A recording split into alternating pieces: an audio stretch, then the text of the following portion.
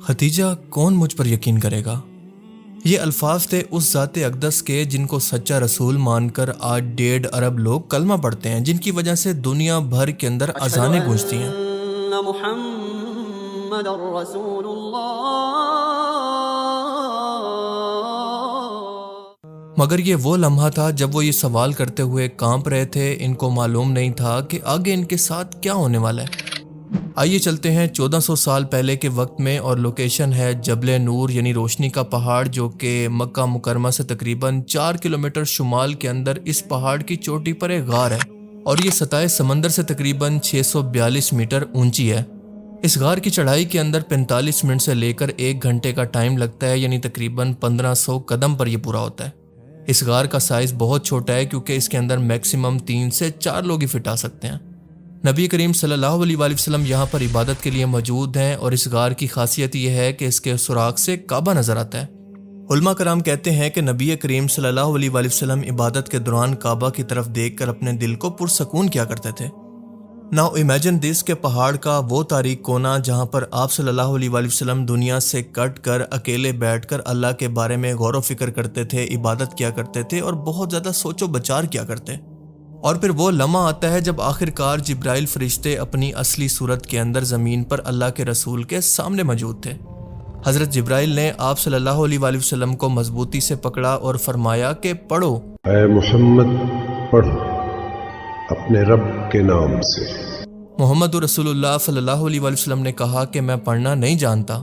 پھر انہوں نے کہا کہ پڑھو اپنے رب کے نام سے جس نے تمہیں پیدا کیا۔ اور آپ صلی اللہ علیہ وآلہ وسلم نبیوں کے سردار گھبرا کر گھر کی طرف واپس لوٹے۔ آپ صلی اللہ علیہ وآلہ وسلم کا دل تیزی سے دھڑک رہا تھا اور جسم کانپ رہا تھا۔ گھر پہنچ کر آپ نے اپنی بیوی حضرت ختیجہ سے کہا کہ مجھے چادر اڑا دو، مجھے ڈھانپ دو۔ اور جب آپ کی گھبراہٹ کچھ کم ہوئی تو آپ صلی اللہ علیہ وآلہ وسلم نے ان کو پورا واقعہ بیان کیا کہ غار میں ان کے ساتھ کیا ہوا تھا۔ آپ صلی اللہ علیہ وآلہ وسلم نے یہ بھی فرمایا کہ مجھے اپنی جان کا خوف محسوس ہوا۔ آپ کی سب سے لاڈلی اور پیاری بیوی حضرت ختیجہ رضی اللہ تعالیٰ عنہ مکہ کی سب سے کامیاب تاجرہ تھی، اور آپ صلی اللہ علیہ وآلہ وسلم سے عمر کے اندر 15 سال بڑی تھی۔ جب حضرت ختیجہ نے یہ تمام واقعہ سنا تو انہوں نے بنا ایک لمحہ ضائع کیے فوراً جواب دیا، بنا سوچے کہا کہ ہرگز نہیں، اللہ کی قسم اللہ آپ کو کبھی اکیلا نہیں چھوڑے گا، کیونکہ آپ بہت رحم دل ہیں، کمزوروں کا بوجھ اٹھاتے ہیں، مہمانوں کی خدمت کرتے ہیں، حق کی بات کے لیے ہمیشہ کھڑے ہوتے ہیں۔ تو مطلب کبھی بھی اللہ تعالیٰ اپنے اس طرح کے نیک بندے کو اکیلا نہیں چھوڑ سکتا۔ حضرت ختیجہ محمد رسول اللہ صلی اللہ علیہ وآلہ وسلم پر ایمان لانے والی، مسلمان ہونے والی دنیا کی پہلی مسلمان خاتون تھی۔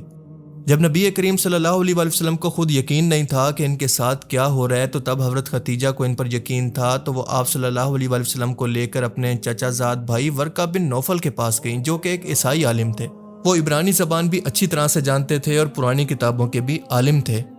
اور جب ورقہ بن نوفل نے تمام واقعہ سنا تو بے اختیار بول اٹھا کہ یہ تو وہی پاک فرشتہ ہے جو کہ موسیٰ پر اترا تھا۔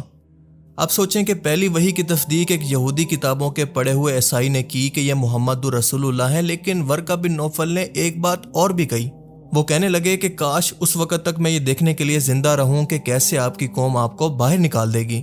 نبی کریم صلی اللہ علیہ وآلہ وسلم نے یہ سنا تو حیران ہو کر پوچھا کہ کیا وہ مجھے باہر نکال دیں گے؟ تو ورقہ بن نوفل نے جواب دیا کہ ہاں، کیونکہ آج تک جو بھی یہ توحید کا پیغام لے کر آیا ہے، رسول یا نبی بن کر آیا ہے، تو اس کی مخالفت اس کے قبیلے کی طرف سے اور اس کے ہر خاندان کے لوگوں کی طرف سے ضرور ہوئی ہے۔ اور ہم نے آگے جا کر خود یہ دیکھا کہ اس کی یہ بات بالکل سچ ثابت ہوئی، کیونکہ نبی کریم صلی اللہ علیہ وآلہ وسلم کے ساتھ قریش نے بالکل ایسا ہی کیا، کیونکہ توحید چیز ہی ایسی ہے، انسانوں کے بنائے ہوئے نظام کو تباہ کر کے اس کا تعلق دنیا کے خداؤں سے ہٹا کر صرف ایک اللہ کی طرف جوڑ دیتی ہے۔ اب ذرا سوچیں کہ وہ رسالت جو کہ اس خوف کے لمحے میں شروع ہوئی، آج 1400 سال بعد بھی ایک ایسے منظر کے اندر زندہ ہے جو کہ دیکھ کر دل رک سا جاتا ہے۔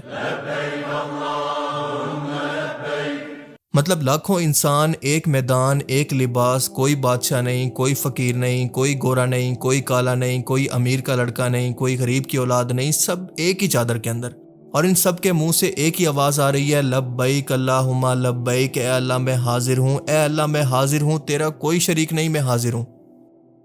اور یقین کریں کہ جب میں نے یہ ویڈیو دیکھی حج کی اس سال کی، تو عرفات کا وہ میدان جہاں پر 25 لاکھ سے زیادہ مسلمان جمع تھے، تو میرے دل میں خیال آیا جس نے مجھے اندر سے ہلا کر رکھ دیا۔ مجھے احساس ہوا کہ یہ منظر تو ہر سال ہمیں کچھ یاد دلواتا ہے۔ ذرا قرآن کھولیں اور دیکھیں کہ اللہ نے قیامت کے دن کا منظر کس طرح سے بیان کیا ہے کہ وہ دن جب تمام جہانوں کے رب کے سامنے دنیا کا ہر انسان کھڑا ہوگا، اور اس ایک جگہ پر صرف آج کے نہیں بلکہ آدم علیہ السلام سے لے کر دنیا کے آخری انسان تک سب کے سب یہاں پر جمع ہوں گے۔ اللہ کے نبی صلی اللہ علیہ وسلم نے فرمایا کہ قیامت کے دن سب لوگوں کو ایک بڑے صحرا کے اندر اکٹھا کیا جائے گا، یعنی سفید مٹی والی ہموار زمین پر جس پر کوئی پہاڑ نہیں، کوئی نشان نہیں، اور کہیں بھی کوئی بھی چھپنے کی جگہ نہیں ہوگی۔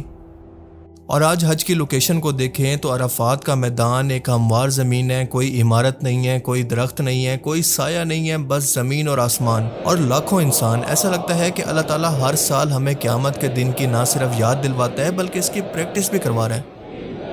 قرآن کریم میں اللہ نے فرمایا کہ اور تم زمین کو صاف کھلی دیکھو گے اور قیامت کے دن پہاڑ اڑ جائیں گے، زمین ہموار ہوگی، اور عرفات کے میدان کے اندر بالکل وہی منظر ہے۔ کوئی انسان پاس موجود انسان کو نہیں دیکھتا، سب کو اپنی فکر ہے، سب ایک لائن کے اندر ایک رحمت کی، ایک امید کے منتظر ہو کر ایک جگہ پر اللہ کے سامنے جمع ہو چکے ہیں۔ کیا آپ جانتے ہیں کہ قیامت کے دن سب انسان ننگے اٹھائے جائیں گے؟ حضرت عائشہ رضی اللہ تعالیٰ عنہا نے اس بارے میں رسول اللہ سے سوال کیا کہ اے اللہ کے رسول، کیا مرد و عورت سب ایک ساتھ کھڑے ہوں گے محشر کے میدان میں؟ نبی کریم صلی اللہ علیہ وسلم نے جواب دیا کہ یہ معاملہ اتنا سنگین ہوگا کہ کوئی کسی کی طرف دیکھنے کی جرات ہی نہیں کرے گا۔ مطلب کہ آپ تصور کر سکتے ہیں کہ آپ کے سامنے ہمیشہ کی جنت و جہنم کا فیصلہ ہو رہا ہو، ہر طرف افراتفری ہو، تو کیا کسی بھی شخص کو اپنے ساتھ کھڑے شخص کی پرواہ ہو سکتی ہے سوائے اپنے؟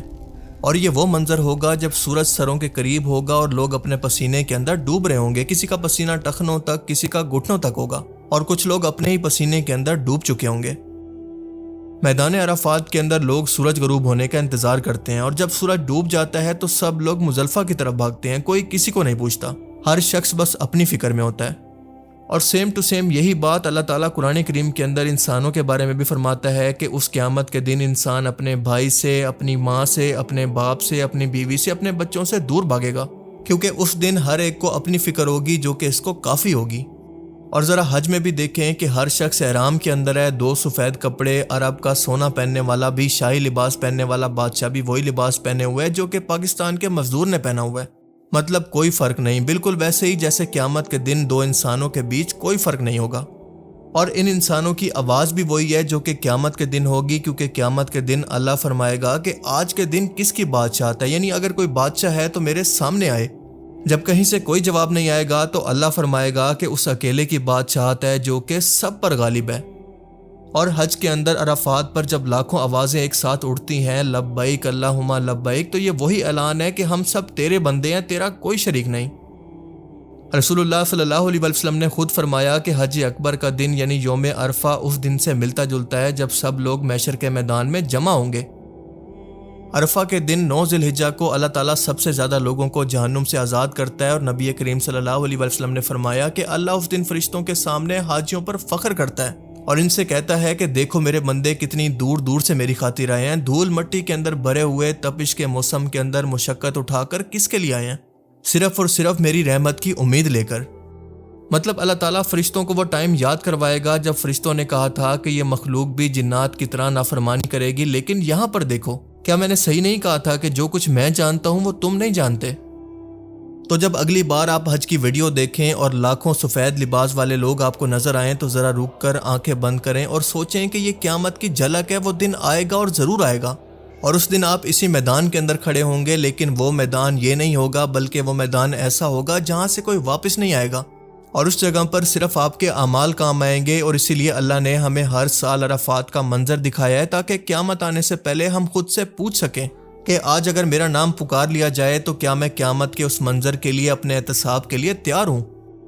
اس دن ہم لوگوں کو حضرت خدیجہ رضی اللہ تعالیٰ عنہ والا یقین چاہیے ہوگا، وہ یقین جو کہ پہلی مسلمان کا تھا کہ اللہ کبھی بھی رسوا نہیں کرے گا اس انسان کو جو کہ اچھائی پر چلے۔